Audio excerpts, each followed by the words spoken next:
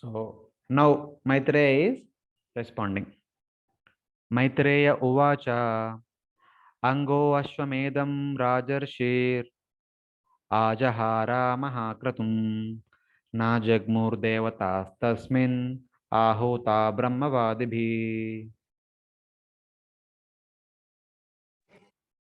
Shri Maitreya replied, My dear Vidura, once the great king Anga arranged to perform the great sacrifice known as Ashwamedha. All the expert Brahmanas present knew how to invite the demigods. But in spite of their efforts, no demigods participated or appeared in that sacrifice. So now the storyline continues. Maitreya says, O saintly king, the saintly king Anga performed a great horse sacrifice, Maha Ashwamedam Kratum. But the devatas called by the Brahmanas did not come there. So as a king, the king supposed to perform yajna for the prosperity of the entire kingdom, as we saw in the case of Dhruva Maharaj. Dhruva Maharaj was continuously performing sacrifice after sacrifice. That is the responsibility of a king. Similarly, here Anga Maharaj is also performing one of the Ashwamedha Yajna. So at the culmination of the Yajna, the Devatas would personally appear and accept the Somarasa, which is brought out of the Yajna at the end. But then none of the Devatas coming forward to accept that Somarasa.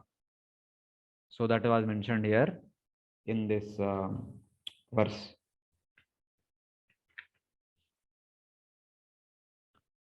Tam Uchur Vismitastatra Yajamanam Ataridvija Havimshi Huyamanani Nate Ghrunanti Devata.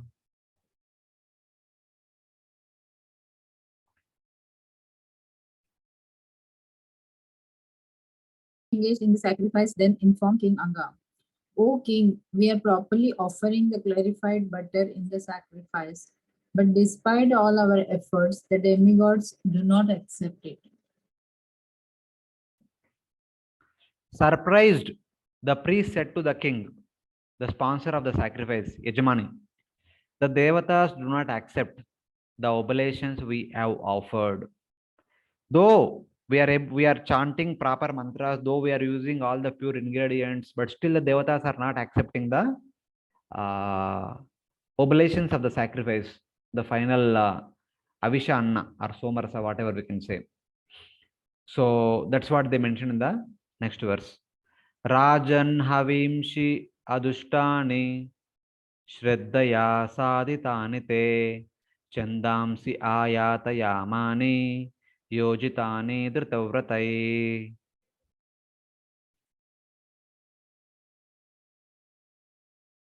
O king, we know that the paraphernalia to perform the sacrifice is well collected by you with great faith and care and is not polluted. Our chanting of the Vedic hymns is also not deficient in any way, for all the Brahmanas and priests present here are expert and are executing the performances properly. Oh, somebody may question that, oh, you Brahmanas are not chanting the Vedas proper, chanting the mantras properly, you are not performing yajna properly, you are not using the proper ingredients. Like that question might come, that's why Devatas are not coming. And they are assuring that, O king, the offerings are not contaminated and were collected with complete faith, and they are of good quality. And the mantras are not weak, that they will not be able to call the Devatas. Mantras are perfect. And they were chanted by the dedicated Brahmanas. And the Brahmanas who are performing sacrifice, who are chanting the mantras, are also perfect. There is no anomaly or there is no defect from our part in the performance of the sacrifice. So like that, they are saying. So in the purport, Prabhupada says that, so there are so many things need to be considered in the performance of Yajna. But in the case of Hare Krishna Mantra, all those restrictions are not there. Even if one chants a Nama bus, also one gets benefit. So that is the superlative degree of the glories of Harinam. So like that Prabhupada compares. Na vidaye maha devanam helanam vayamanvapi yanna grunanti bhagan swan ye deva karma sakshina.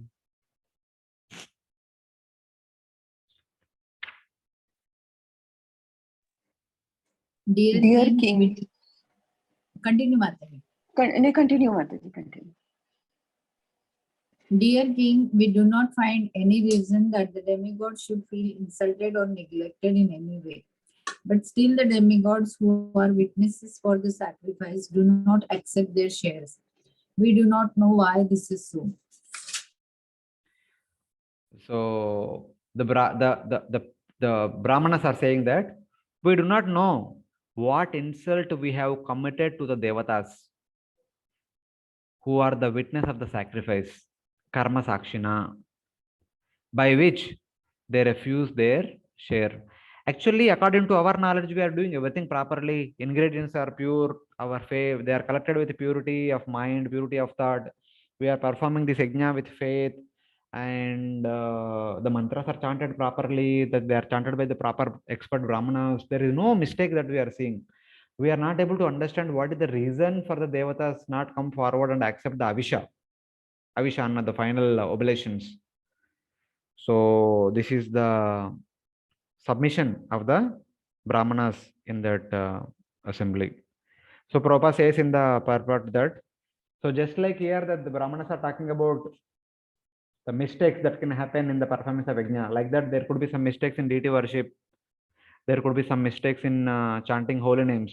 So they are called in NVOD as namapara seva prad. So even while performing seva for the deities and while chanting harinam, we may do some aparadas, but there are aparada shodhana mantras.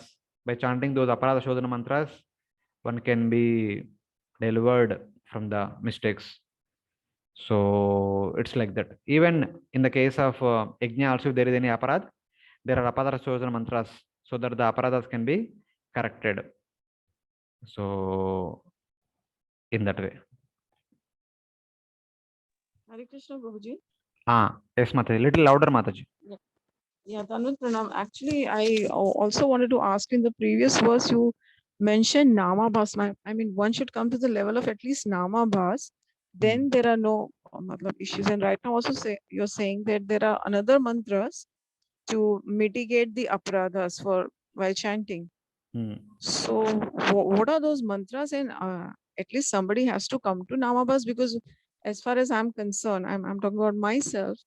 My chanting is like always with some kind of aparadh.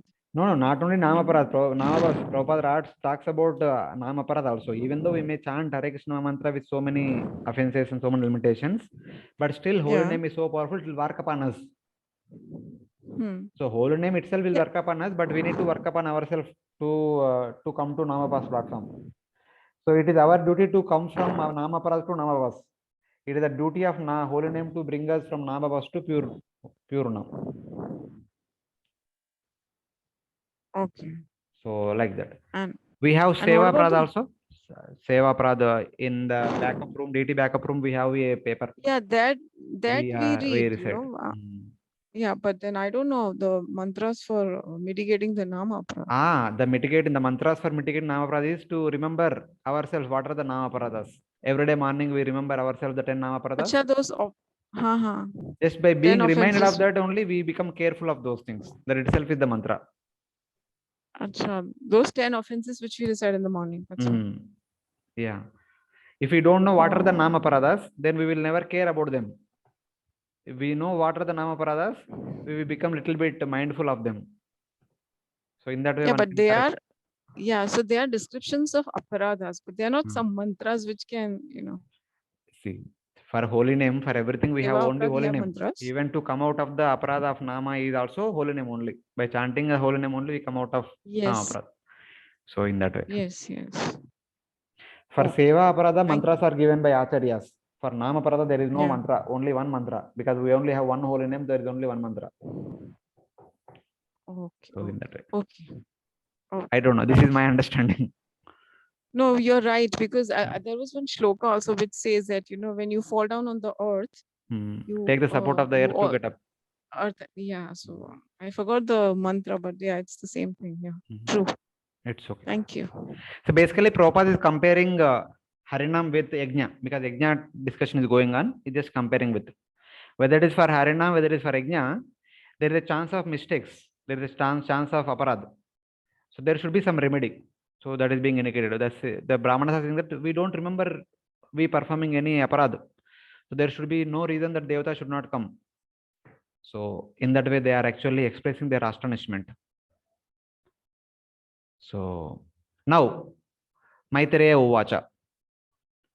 Ango Dvijavacha Shrutva Yajamana Sudurmanam Tat Prashtum Vyastrujadvacham Sadasyam Tad Anujnaya.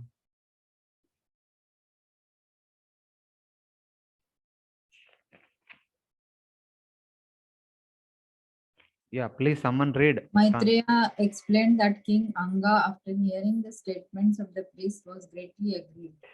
At that time, he took permission from the priest to break his silence and Yeah, Maitreya says that. were present in the sacrificial area. Hearing the words of the Brahmanas who are performing the yajna, so King Anga, the sponsorer, the Yajamani, became depressed. Taking their permission, he spoke to the assembled persons to inquire about this. So the reason is why he took permission to speak. He was supposed to be silent during the sacrifice, but took permission to speak. So while yajna is going on, the Yajamana is not supposed to get up from the place where he is sitting in order to perform the yajna. He is not supposed to speak anything other than some mantras which are meant to be uttered while executing the yajna. He is not supposed to speak any mundane talk. He is not supposed to go out of the arena where the yajna is going on. So there is a interesting thing that happened in the Ramayana. When Ravana was going here and there fighting with all the kings, devatas, etc., he went to greater Himalayas. That is a place where King Maruta was performing a wonderful yajna, in which all the devatas were also present, all the great brahmanas performing wonderful sacrifice. It is also mentioned in Mahabharata that after Maruta, during the performance of yajna, everywhere gold is being used. The brahmanas were fed in golden plates. After they ate in that golden plate, they threw the golden plates and golden utensils there only, and they left because they don't want gold so much. So all the gold was kind of went into the mountainous area. So when the five Pandavas, after the Mahabharata battle, when their Koshagar became empty, they need to perform 3 Ashwamedha yajnas for which there was no wealth. Then Krishna told Arjuna, go to the Himalayas and get that wealth, which was left behind by all these brahmanas who were given all the golden utensils by Maruta. So Arjuna went and brought all the gold. With that, they performed the Ashwamedha yajna after the Mahabharata battle. So that Maruta, while he was performing yajna, Ravana came there asking for a fight with Maruta. And Maruta was a powerful king. He was getting up to fight with Ravana. Then the Brahmana said that, my dear king, fighting with Ravana is no use, because Ravana had the benediction that he will defeat everyone. You will be defeated by default. You may be powerful, you will be defeated. There is no point in fighting with him. And more important than fighting with him is to perform and complete this yajna. That is for the benefit of the people in the future. So better accept defeat without fighting only with Ravana. He will go away. So Maruta, and they told that because since you are performing the yajna, you are not supposed to get up, you are not supposed to leave the sacrificial arena. Stay here, just by bowing down your head, you accept the defeat from Ravana. You don't have to speak anything, you don't have to do anything. Quietly, you do the needful. So he did the needful very quietly. So that is the rule when performing an yajna. One is not supposed to get out of that place. So that is the understanding. So, but here the situation is very bad. The devatas are not accepting the Purodasa, the final Avishanna. So, without which the sacrifice will not be completed. So, king is aghast. So, he said, can I speak a few words? With the permission, he is going to speak now. Nagachanti hahuta deva nagrunanti grunaniha sadasaspatayo bhuta kim avadyam maya kritam.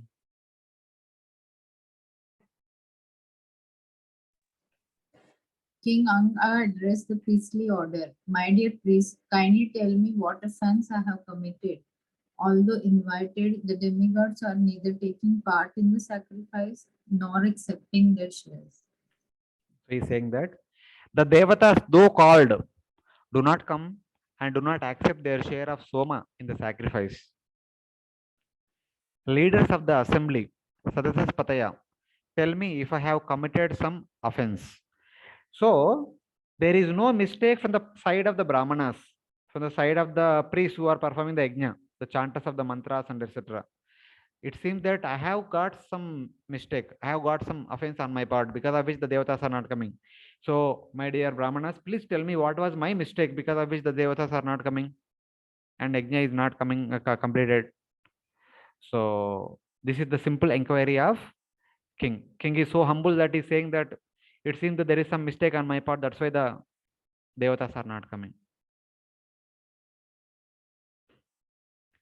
Sadasaspataya uchu naradeveha bhavato nagam tavanmanak stiram asti ekam praktanam agam yad ihedruk ivam apraja.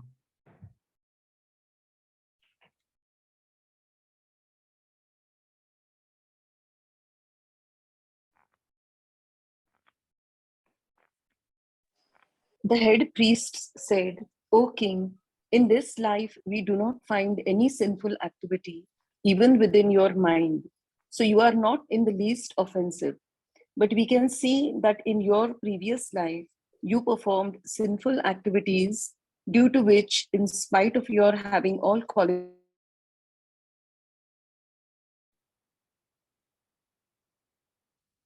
So here it said that the leaders of the assembly said that, O king, in this life you do not have the slightest sin. Bhavato na agam tavad manak stiram. Till date, in this very life, you have not performed even a single sin also. But there is one sin from your previous lives by which you, though sinless now, are without a son in this life. In this current life, since you are born in a devotional family, devotee family, you are perfectly all right. But in one of your previous lives, because of some mistake, some sin, you did not have a son now. That was the mistake. So in the purport, Prabhupada writes that the purpose of marrying is to beget a son, because a son is necessary to deliver his father and forefathers from any hellish conditional life in which they may be. Chanakya Pandita says that putra heenam gruvam shunyam. Without a son, married life is simply abominable. Though King Anga is very pious person, because of some sinful act in his previous life, he did not have a son. Even this is what is mentioned to King Pandu. When Pandu took on to Vanaprastha order when he was cursed by the Brahmana. So when he and his wife, with his wives, they wanted to go to the top of Mount Meru along with the Brahmanas from the greater Himalayas. The Brahmana said that you cannot come to the assembly of Brahma because you have not completed your debts to your forefathers. One's debt to one's forefather is fulfilled by begetting children. That is not completed. That's why Pandu Maharaj was told not to come forward. He is not qualified to enter into the abode of Brahma on top of Mount Meru. So in that way. So because of some reason you did not have a son, because you are sonless, the devatas are not coming forward to accept the Avishanna, the Somarasa from this sacrifice. So this is mentioned by the leaders of the Sadasyas, the leaders of the Brahmana community, who know what is what, who know the past, present, and future. They said. Hare Krishna, Prabhuji. Yes, Prabhu. So, Prabhu, is there any difference if there is no son but there is a daughter? That is a question. If I say anything, there will be a lot of disagreement. There will be a lot of heart throbbing. There will be a lot of dissatisfaction also. But I don't want to say. Okay. At least, I mean, it's not about the gender partiality or anything like that. From Vedic understanding, it is the son who is supposed to perform the Shraddha rites. It is the son who is responsible for delivering the forefathers, the deceased forefathers. wherever they are, whether they may be in hell or in the lower species or in heaven or wherever. The responsibility of the son is to deliver the family, because the son carries the legacy, not the Guruji, there daughter. could be a solution to it, no? After marriage, the daughter was given to some other family. So the daughter will become the part of the some other family. She will not remain the part of the father's family. That is our Vedic traditional culture. The daughter will never inherit it. Will never inherit the family of the father. She will inherit the family of her husband only. That is the Vedic culture. So in that way, the responsibility of delivering the forefathers and continuing the lineage is given to the son, not to the daughter.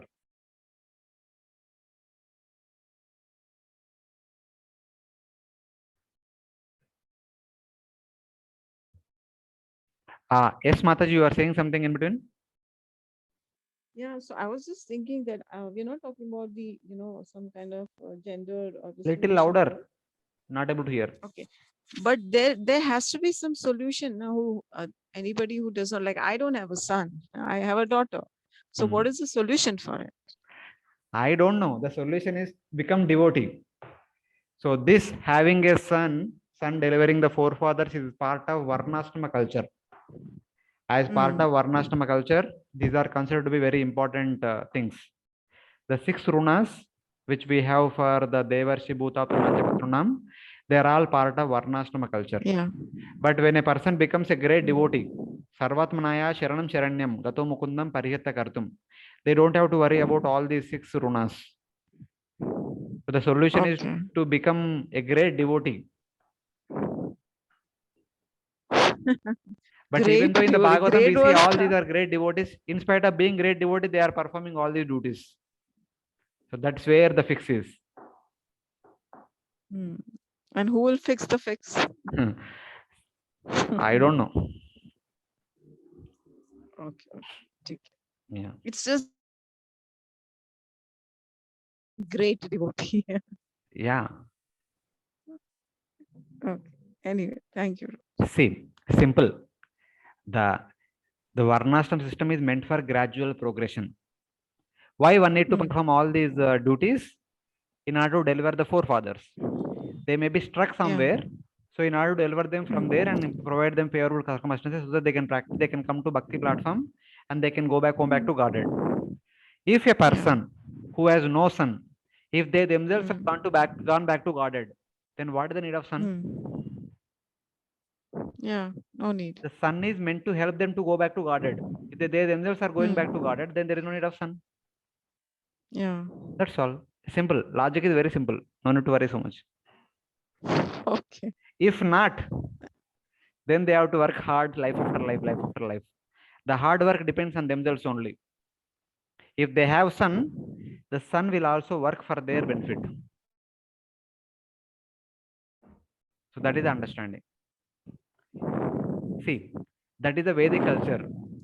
I'm saying not out of some jealousy or pride or anything, just by observation.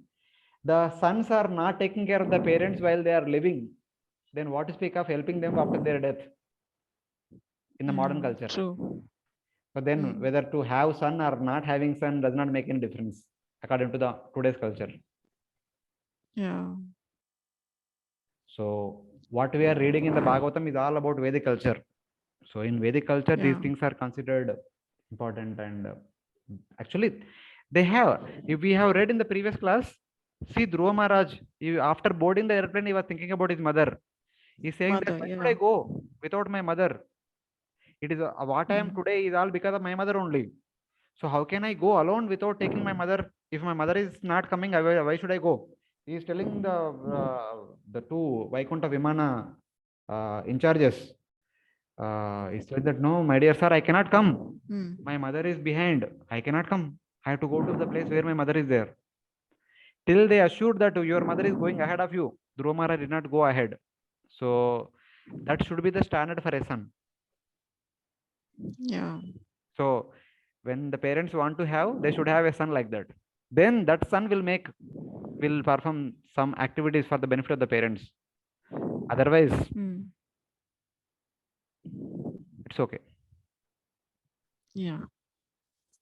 I mean, this is my 1 paisa worth of understanding. Hare Krishna. No. It's worth $1 million. Thank you. Mhm. Other devotees also can share if you have some thoughts. That's why I said this is a sensitive question. If whatever we say, it may lead to some kind of this thing. Because in the modern culture, this gender discrimination is not encouraged, and all these things are there. But in Vedic culture, life was very simple. So it was not so this thing. Because in the Vedic culture, the marriage used to happen very early in the age. When the girls were before 16, before puberty, only they were married. The understanding is that out of many hundreds and thousands of years of life, they spend their entire life with the husband only, not with the father. The marriage would happen early, and from there on, their life is with the husband only. So from that point of view, the daughter will never be part of the father's family. She's always the part of the family of her husband only. So in that way, daughter has no responsibility for the father. So it is like that.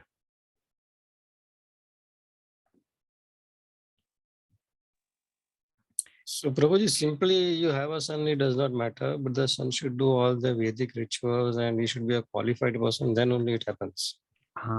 Yes. Okay. Thank you, Prabhuji.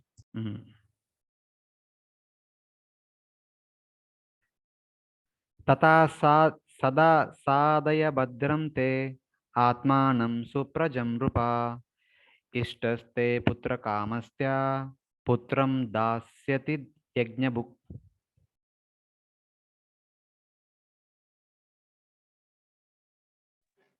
O king, we wish all good fortune for you. You have no son, but if you pray at once to the Supreme Lord and ask for a son, and if you execute the sacrifice for that purpose, the enjoyer of the sacrifice, the Supreme Personality of Godhead, will fulfill your desire.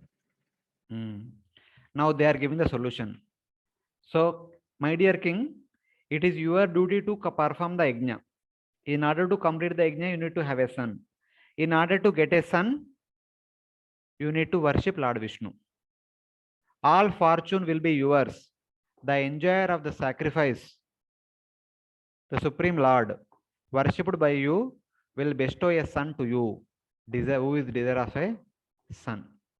So, my dear king, now perform another sacrifice in which you worship Lord Vishnu.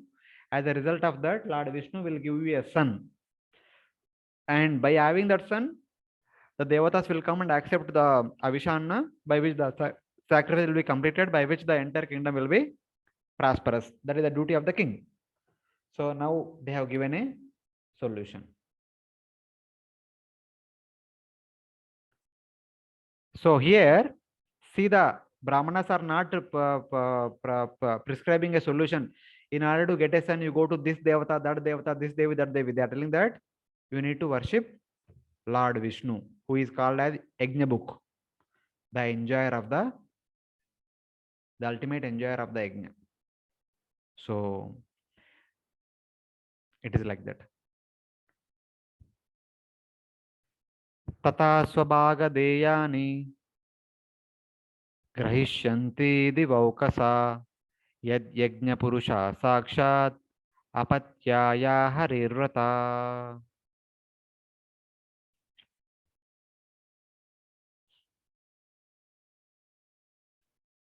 Hare Krishna, please read. When Hari, the supreme enjoyer of all sacrifices, is invited to fulfill your desire for a son, all the demigods will come with him and take their shares in the sacrifice. Then the devatas will accept their share of sacrifice, since the Lord of sacrifice will be present for giving a son. Everything will be completed by that. So like that is the Brahmanas are indicating. Tamstan kaman harir dadyan yan kamayet jana aradito yatai vaisha tata pumsham phalodaya. The performer of the sacrifices under Karmakanda activities achieves the fulfillment of the desire for which he worships the Lord. Being worshipped, the Lord will award whatever one desires. As much as one worship the Lord, one will receive the results. Ya yatamam prapadyante tamstaiva bhajamyaham. Akama sarvakamo va mokshakamo udardi tivrena bhakti yogena yajeta purusham param. Whether with desires or without desires, if one worship the Supreme Lord, the Lord will fulfill whatever they need. So in that way. Hare Krishna. Yes, Mataji. Prabhuji, I didn't understand in previous verse it is mentioned that Devatas were not coming because the king was not having the son. So not having the son, is it considered as some aparadha or something because of which no demigod was ready to come and accept their share in the sacrifice? Obviously, even though the king was, for a king, he is supposed to have the son. That's what I mentioned the story. Na Pandu Maharaj was not allowed to enter into the assembly of Brahma on top of Meru because he did not have a son. Oh, means they were treated like outcasted because they don't have a son. Because that is the important duty of the king. The king has multiple duties. One is to oversee the kingdom. Second one is to perform yajna. Third one is to fight in the battle with the other kings who are not following dharma. And the most important duty is to produce a heir. Yeah, but any child is born even to the king, up to the king, it will be by the grace of the Lord. So if somebody is not getting that grace, how that person is considered as a aparadhi? No. Or have you read Mahabharata Ramayana? Mahabharata and Ramayana? No, Mahabharata I have not read. See, the Swayamvara concept is performed with a great grandeur. For what purpose? Even the marriage of the king also cannot happen just like that with an ordinary woman. He can only marry a girl from a royal dynasty. Because the important duty of the king is to produce a child who can continue the legacy of the dynasty. So why would Dashrath Maharaj had to undergo a lot of great effort to perform Putra Kameshti Yajna and Ashwamedha Yajna to get the 4 sons? That is an important activity. Why would Drupad Maharaj conduct a great sacrifice, great Swayamvar ceremony for Draupadi's marriage with a big the exhibition of that big test? And why would Mother Sita was Sita Swayamvar were also arranged with that great test, the lifting the bow and all? This is how important it is. The marrying, the selecting a suitable companion is also so important, so that the right child will be born. So for the Kshatriya, the marriage and begetting children are very important. It cannot happen just like that. It cannot happen superficially. Because they need to carry the legacy of the kingdom. That's what in the previous couple of 1 week back, we had a shloka in the Bhagavatam class. Yudhishthir Maharaj was asking the Brahmanas who came to perform the Jatakamra ceremony after the birth of Parikshit Maharaj. He was asking that, so my dear Brahmanas, will this son carry forward the legacy of my Kuru Vamshiya, the previous kings in my dynasty? Will he protect the honor and the reputation of this Kuru dynasty? That was the question asked by Yudhishthira Maharaj. He did not ask other questions. Because the kings are after keeping up the reputation of the dynasty. In order to keep the reputation of the dynasty, Harishchandra, he gave a word for that word that he will never speak lies. He gave up his kingdom. The kings are only interested in the keeping the reputation of the dynasty, not enjoying the opulences, not earning more and more wealth and more kingdom.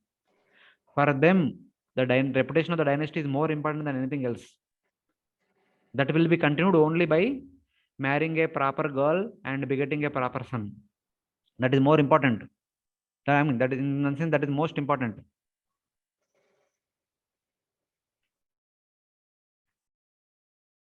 means to 1 or 2 generation prior also it was very important that they used to match the horoscope and see the same Brahman will marry the Brahman girl only and like that they used to see it. Nowadays like no differentiation has Yeah, been. nowadays no one is caring. That is the reason. That's why the marriages also used to happen in the same community. Because in the same Yeah. community only, the community will continue further. So because of this convent education, because of the English education, now no one is following their family traditions. So about a century back, there were no jobs like today. Today, the entire world is after jobs, software jobs, hardware job, this job, that job. Previously, everyone was doing their family occupation only. For the family occupation to continue, the marriage would happen in the same family. Now, the doctors are marrying doctors, engineers are marrying engineers. So that is their family occupation. Now the family occupation became engineer, doctor, and so and so. So now they are also, in one sense, they are following their tradition. Yeah. So it's like that. Now this is superficial matching, that what will help them in their profession. So let me have the doctor wife only like that. Yeah. Thank you.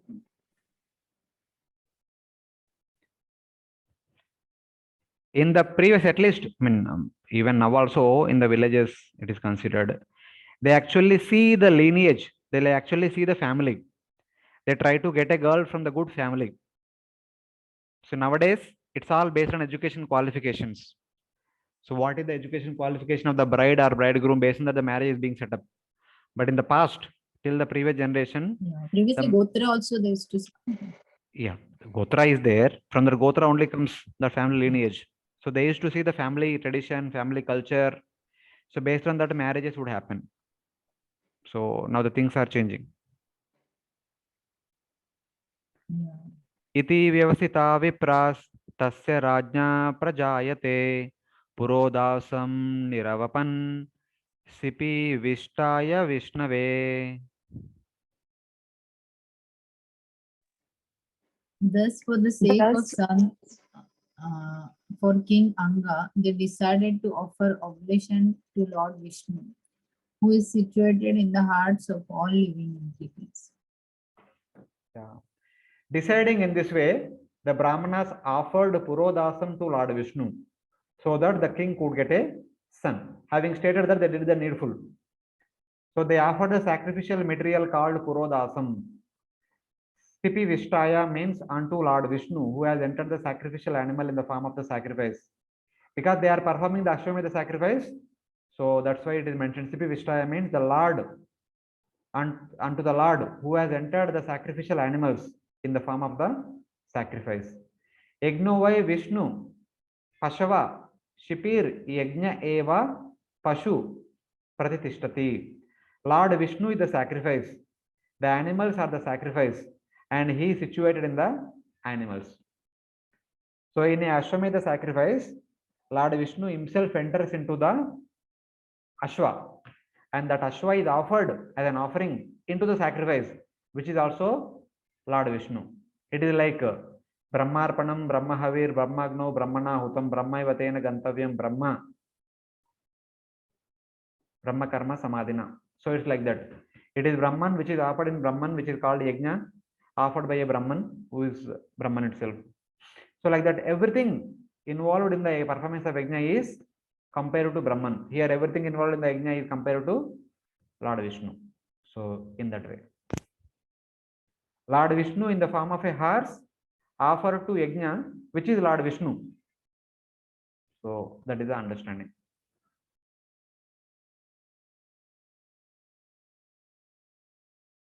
So then the yajna is performed by offering the horse unto yajna.